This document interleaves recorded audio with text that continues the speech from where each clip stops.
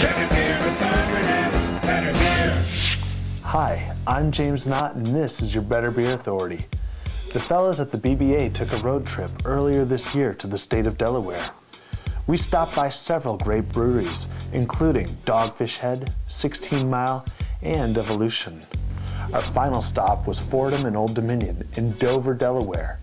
In 2007, Fordham bought Old Dominion with the help of financing from Anheuser-Busch. Both brands are now brewed at the same facility under the name Coastal Brewing Company. We talked to their president and CEO, Jim Lutz, and he explained their reasoning for keeping the two brands separate.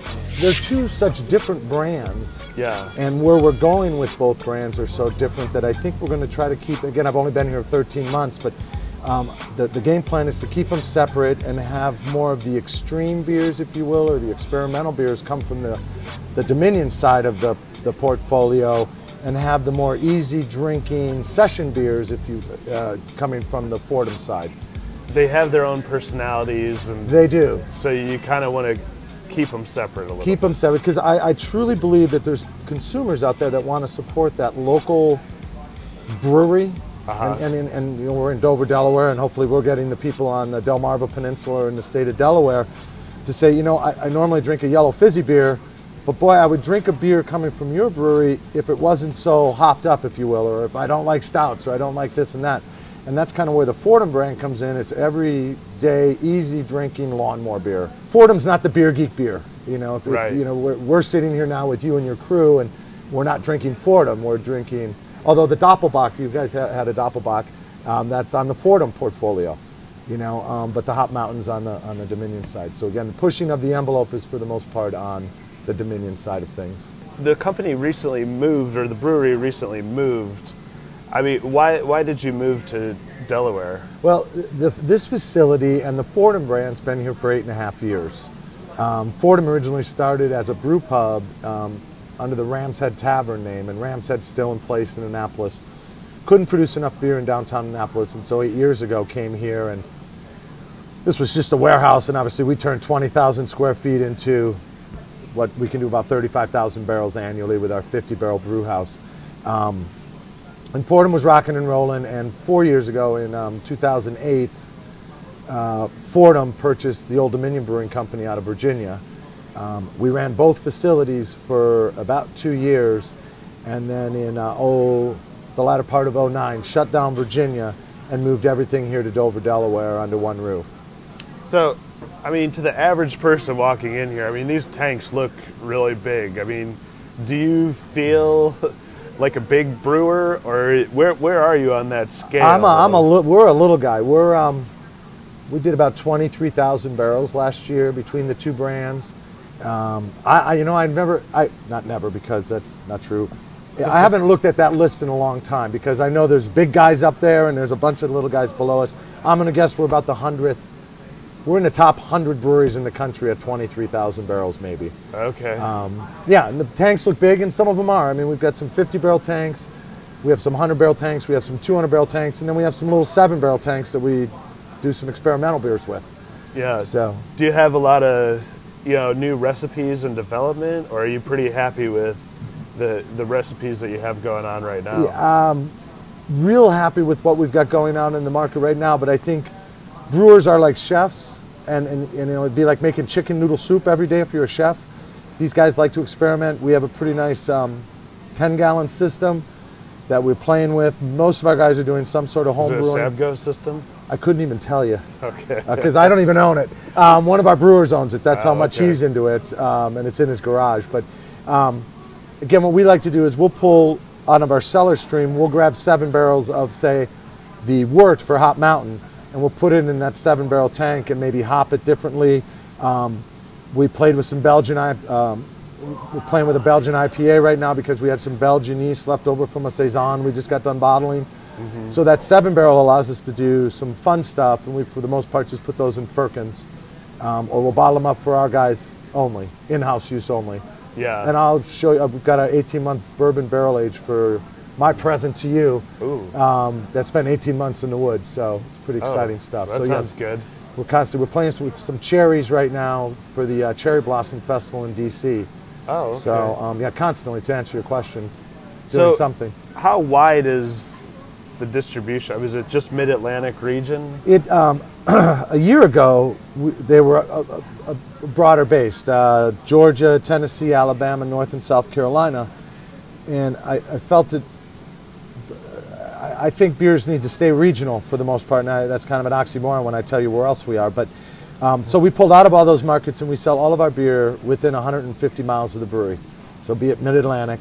There's about 16 million people within that 150 miles. If we can't do 35, 40,000 barrels with 16 million people, then we shouldn't be in this business. Yeah. But with that being said, we also started shipping last year during the third and fourth quarter to London. To London? That seems like a strange... Yeah, you know, my mission, and when I go out and talk to people, is we're going to stay within 150 miles because beer is like milk, not like red wine, so you've got to consume it closer to where it's produced. But Benjamin Fordham, back in 1703, and his brother came from London. See you guys. Came from London, sorry. That's all right. Came from London. Hey, it's your brewery. Do whatever you want. want. Well, yeah, my brewers are saying goodbye to me. I got to say goodbye. It's Saturday. They're working. Benjamin Fordham and his brother moved over here in 1703 to help colonize Annapolis. So, and back in the day, to become a colony, you needed a bread maker, a candlestick maker, a blacksmith, and a brewer to sterilize the water and to keep the colonists happy. Yeah. So he and his brother started the Fordham brand, was actually started then in Annapolis. Lasted about 3 years. And so with that, we've got a reason to go back to London. I love London. It's the gateway to some great beers in Belgium and Holland and just the UK in general. Yeah. So it allows me to get over there and let somebody else pay for it, if you will. Yeah, we just brewed, or we just talked to Sam Calagione yesterday. We're doing an interview with him.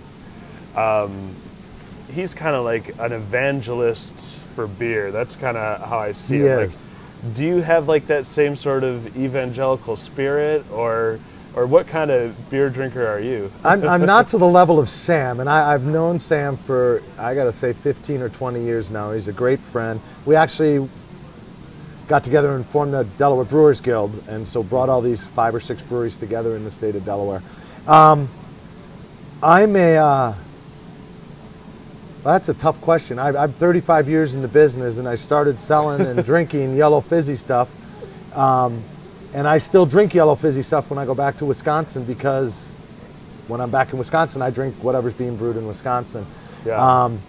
I'm not a hophead, because when I get over 80 or so IBUs, it's too much for me. I don't think I can taste any more IBUs than 80. Yeah.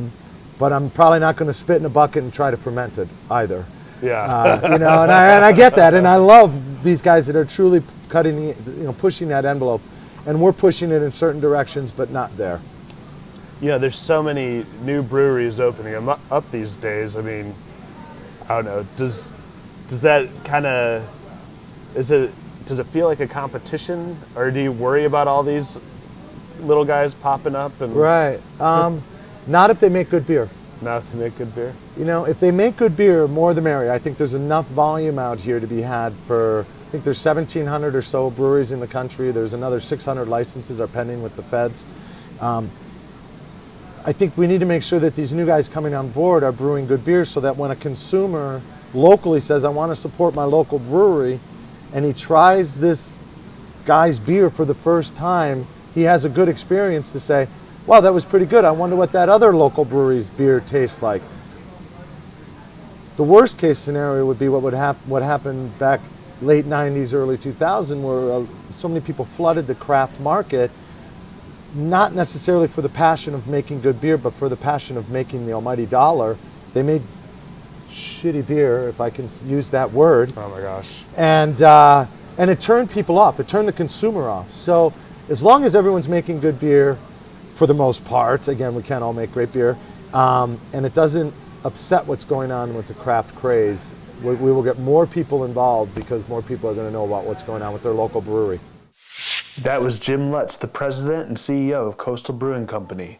They brew Fordham and Old Dominion beers. A special thanks to Jim for treating us so well during our visit. We had a lot of fun. Don't forget to watch our other videos from our trip to Delaware. It was a great trip, and we got to talk to a ton of great brewers and taste a lot of great beers. Thanks for watching. I'm James Knott, and this is your Better Beer Authority. Better Beer Authority. Better Beer Authority.